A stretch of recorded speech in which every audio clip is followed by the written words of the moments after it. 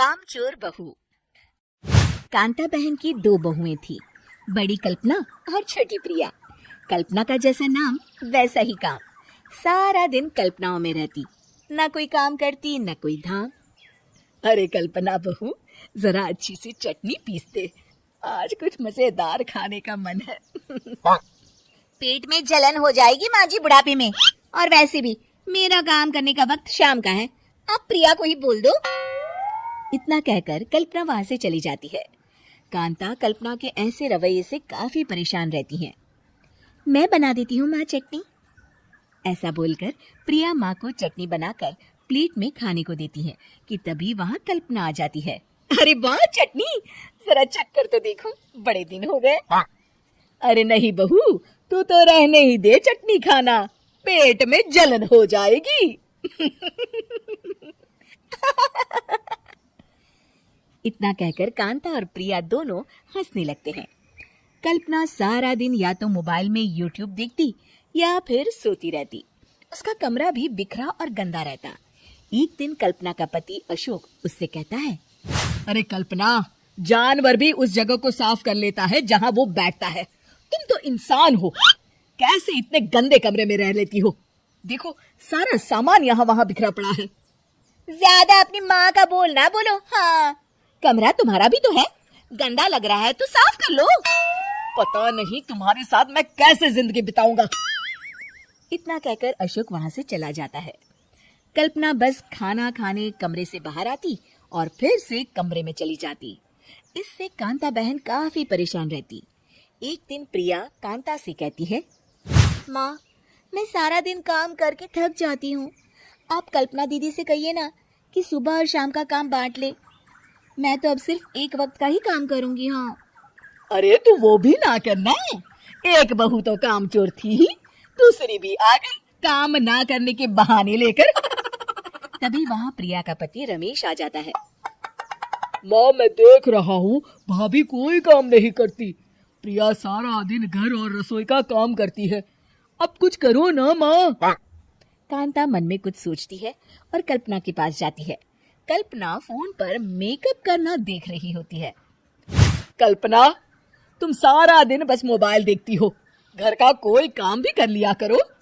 प्रिया सारा दिन काम करके थक जाती है, आज से मैंने फैसला किया है, एक वक्त का काम तुम करोगी, सुबह का खाना तुम बनाओगी और रात का प्रिया। आप लोगों ने काम को हवा बना रखा है। अरे पता नहीं थोड़ा सा ज्यादा काम करने में आप लोग घबरा क्यों जाते हैं। और हाँ, बहुत ज्यादा प्रिया की तारीफ मत करिए मेरे सामने, बड़ी बहू तो मैं ही रहूंगी। मैं कुछ नहीं जानती, कल सुबह मुझे वक्त से खाना चाहिए, रसोई में आ जाना, वरना कल से तुझे खाना नहीं मिलेगा। अगली सुबह कल्पना रसोई में नहीं आती है।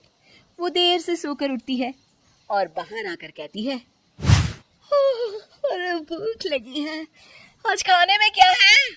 इतनी देर हो गई, आज किसी ने मुझे उठाया भी नहीं, पता नहीं कहाँ है सब। कल्पना को घर में कोई नहीं दिखता।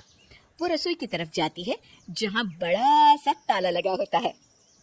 अरे रसोई में ताला, ओ मैं तो भूल ही गई थी, माँ ने आज से सुबह का खाना मुझे बनाने को कहा था। हे भगवान, इतने लोगों का खाना बनाना क्या आसान है? तभी घर के सारे सदस्य बाहर से वापस आते हैं। वाह माँ जी, मजा आ गया छोले भटूरे खाकर। मेरे मुंह में तो अभी भी स्वाद आ रहा है। अरे कल्पना, तेरे भरोसे रहते तो हम तो भूखे ही रह जाते। कल्पना को बहुत गुस्सा आ जाता है। अब बहुत हो गया, आज से मैं अपनी रसोई अलग कर रही हूँ, मैं अपना खाना खुद बना लिया करूंगी। कल्पना अपनी रसोई अलग कर लेती है, पर आए दिन उसका देर से उठना और काम न करने की आदत से वो भूखी ही रह जाती थी। उसी के सामने घर के लोग अच्छे अच्छे पकवान खाते और कामचोर कल्पना को जैसे तैसे ही खाना बनाकर खाना पड़ता। पर एक दिन तो हद ही हो गई।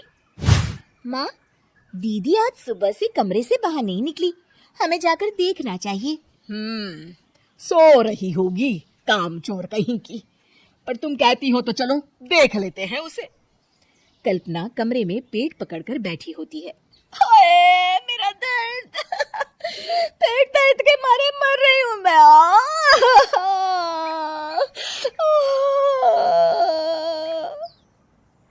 अरे दीदी, क्या हुआ? पेट में दर्द क्यों हो रहा है? डॉक्टर को दिखाया आपने? माँ। कल्पना खड़ी होती है और माँ जी के पास आती है। मुझे माफ कर दीजिए, अब से मैं सारे काम में मदद करूंगी, कभी आलस और काम चोरी नहीं करूंगी। हाँ हाँ, वो तो ठीक है, लेकिन अचानक क्या हो गया जो तू काम करने को तैयार हो गई? कामचोर कल्पना। माँ, लगातार बासी और उल्टा पुल्टा खाना खाने के कारण मेरे पेट में इन्फेक्शन हो गया है। काम न करना पड़े इसलिए मैं 2 दिन का खाना एक दिन ही बना लेती थी। बासी और खराब खाना खाने के कारण लेने के देने पड़ गए। पेट में दर्द हो रहा है। चलो, अच्छा हुआ, देर आए दुरुस्त आए।